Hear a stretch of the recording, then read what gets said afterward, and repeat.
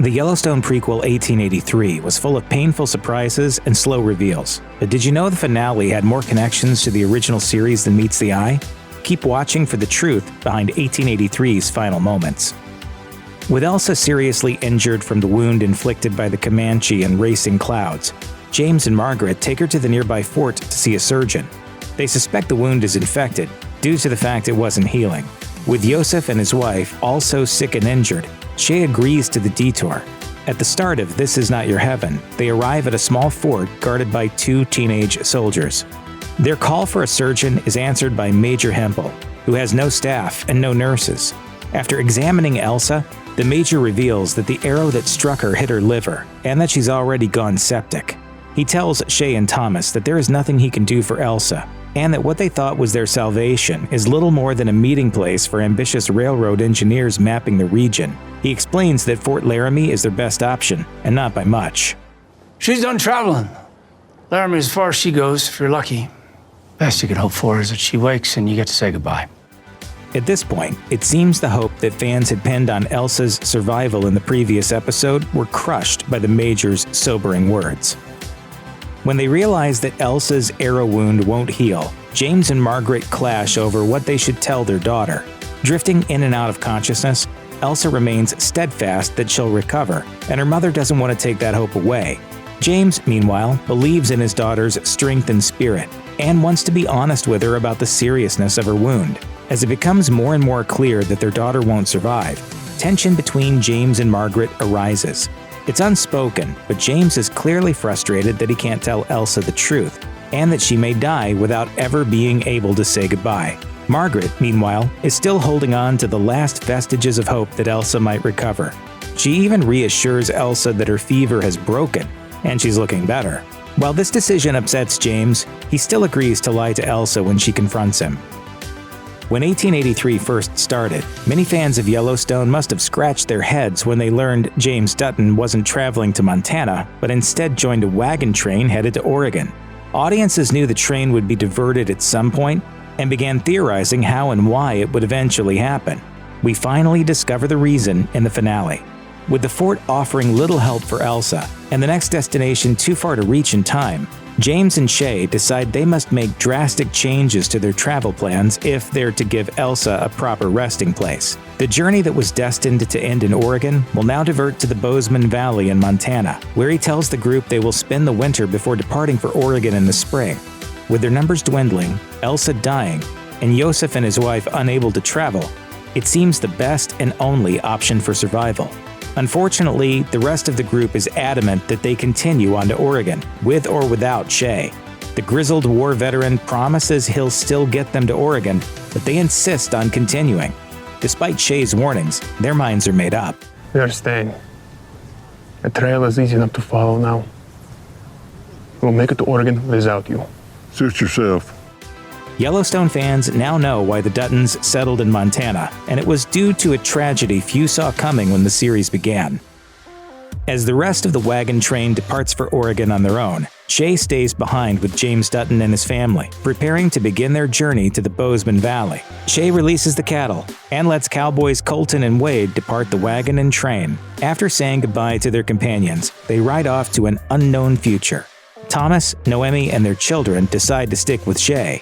Josef and his wife also want to go to Montana, but Shea refuses them, saying they are too sick to keep up. Noemi demands they be allowed to join them, declaring to Shea that they are now free people whether they live or die. She even offers up her own services as driver of their wagon. As days drag on and Josef's snake bite continues to worsen, they're forced to face the stark truth that he might not make it to Montana. Thomas then offers Josef a choice. They can amputate the snake-bitten leg, or he can die with it. Josef chooses the only real option, and Shea and Thomas prepare to become battlefield surgeons. Getting Josef drunk enough to pass out, they remove Josef's leg in a brutal surgery by firelight, to which the rapidly dying Elsa responds. Sure glad I didn't get shot in the leg. Before the surgery on Josef, Shea and James sit around a fire and talk while Margaret sings Elsa a lullaby. James explains that she only sings for their children, and that she paradoxically promised to sing at his funeral, despite making him promise he'd die after her. However, it's Shea who tells the most revealing story of the night. He finally opens up about his past and how his wife helped him survive the Civil War. According to Shea, his wife back home had sent him a letter explaining that she was leaving him for another man, prompting him to leave his unit and return home with the intent to kill his wife's new lover. When he got there, it turned out to be a ruse designed to get him to leave the war, ultimately saving him from death on the battlefield at Gettysburg and reuniting the couple. It's a touching story, one that gives new meaning to Shea's longing for the family we saw him leave behind in the premiere episode. The story illustrates the sadness in Shea's past and the passion that drives him throughout the series. It also helps explain the respect he has for James and his relationship with his wife and daughter. The love he sees in their eyes proves that he's more than just a hardened war veteran. The settlers' decision to proceed to Oregon without Shea was met with derision from the cowboy, who warned them they would die if they attempted to go it alone. He insisted that their best hope for survival was to spend the winter in the valley and set off for Oregon in the spring. But the remaining group had had enough of Brennan's delays. Even with his protection, he had gotten many of them killed crossing a river, with more dying due to accidents and attacks. The settlers also felt that at this point in the journey, the trail was well marked enough that they didn't need Shea as a guide, a decision which would quickly doom them. Not long after splitting up, a group of bandits attacked the wagon train, looting it and killing everyone they found. It was another grim reminder of the lawlessness and brutality of life on the plains, and the dangers that lurk around every corner. They came to American shores with dreams of freedom and prosperity, but in the end, they wound up meeting their fate at the end of an outlaw's pistol.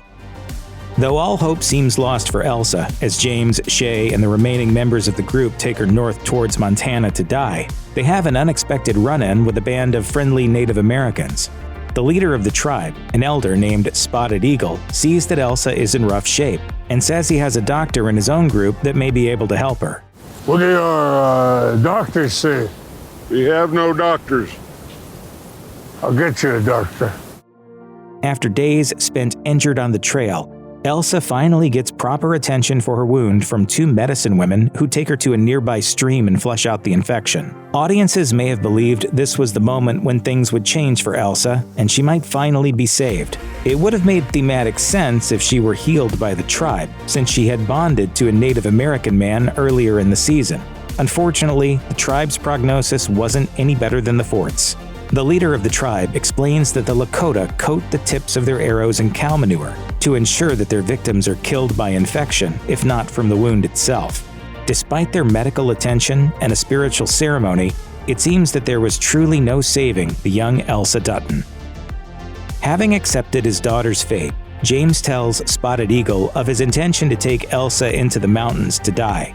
He explains that wherever Elsa lays is where he and his wife plan to lay claim and build a ranch. He goes on to say he does not know this region and fears it will not be hospitable to him. In response, Spotted Eagle suggests a valley he hunted while growing up. The winters are cruel, but the summers are rich, and a man who plans can thrive.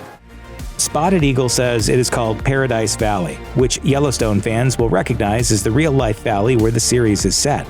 It's also the name of a capital investment firm, run by Dan Jenkins, that tries to push the Duttons off the Yellowstone more than 100 years later. Spotted Eagle also gives James a word of warning, telling him that in 7 generations, his people will rise up to reclaim their land. The one thing he asks of James is permission to continue hunting in the valley, which she happily gives. This also explains James' kindness towards a small tribe we saw him meet in flashbacks in Yellowstone, as he owes them a great debt for helping Elsa and pointing them to their new home in the valley. Finally realizing that she won't get better and will soon die, Elsa feels betrayed that her father lied to her.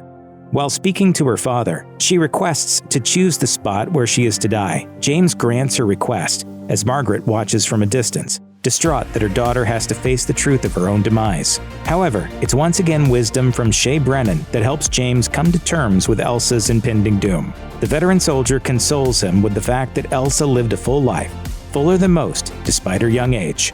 She had outlived us all. Elsa had a happy childhood and a loving family. She traveled the plains, rode horses, joined a wagon train, saw the beauty of the land, and bonded with many of its inhabitants. She clashed with Comanche and battled bandits. She fell in love more than once and was loved back. Elsa had indeed lived the American dream, and death was now the last destination on her short journey through this world. In This Is Not Your Heaven, fans of Yellowstone finally get the significant connections they've been looking for all season long. We learn what pulled James Dutton off the path to Oregon to founding the Yellowstone Ranch. After years of hints and references to family legacy, we finally understand the spark that ignited the Duttons' passion for their home in Montana.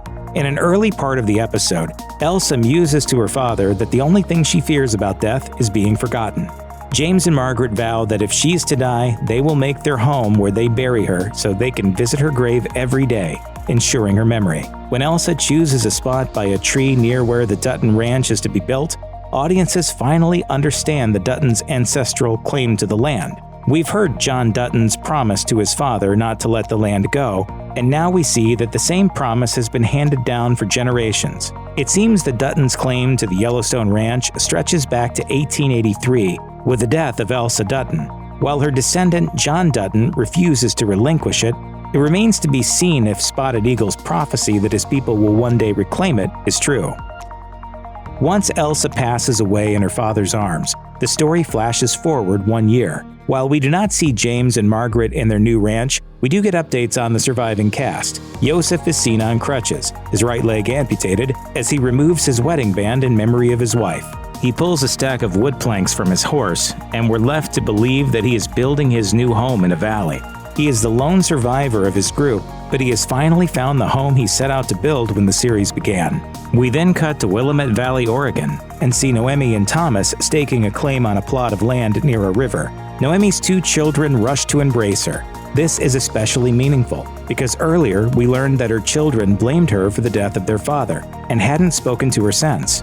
Finally, in Oregon, they build a new home and new life with Thomas. Finally, we see Shea on a beach, looking out over the water. He speaks to his late wife Helen, admiring the beauty of the Pacific Ocean.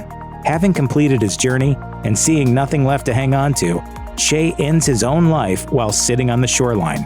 Whether heartwarming or devastating, the ending of 1883 won't leave a dry eye in the house. When the series began, audiences may have suspected that 1883 would be a series very much like Yellowstone, a high-octane drama full of action and suspense. The Wild West seemed like the perfect place for the series' first spin-off, and surely fans dreamed of rough-riding cowboys chasing down bandits in a fast-paced Western adventure. When it premiered, viewers were instead treated to a somber and emotional drama, a slower, more intimate look at life on the frontier than they may have expected. While James indeed played a central role, it became clear right away that it would be Elsa Dutton's story, as she narrated her journey north from Texas. An unexpectedly subdued premiere episode gave way to a series that provided background to Yellowstone while telling its own story that required no prior knowledge. Perhaps the most surprising thing about 1883 is that it wasn't the story of hope and discovery that many may have thought. Instead, the series was ultimately a bleak tale of the hopelessness and sorrow felt by so many as they ventured out onto the frontier. Though there are moments of joy to be found, even those are bittersweet, as so many of the series' characters meet untimely ends. The unforgiving narrative we're left with illustrates how every element of early American life was fraught with danger and death. Check out one of our newest videos right here. Plus, even more Looper videos about your favorite shows are coming soon. Subscribe to our YouTube channel and hit the bell so you don't miss a single one.